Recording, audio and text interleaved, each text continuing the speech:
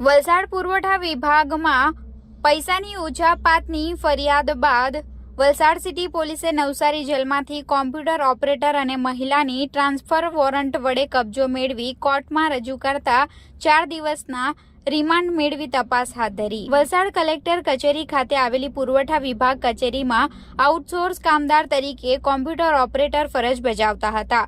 પુરવઠા વિભાગ દ્વારા વલસાડ જિલ્લામાં આવેલું સસ્તા અનાજની દુકાન સંચાલકો દ્વારા હાલ લાભાર્થીઓને મફત અનાજ વિતરણ કરવામાં આવી રહ્યું છે, જેનું કમિશન તેમના ખાતામાં ઓનલાઈન જમા થાય છે।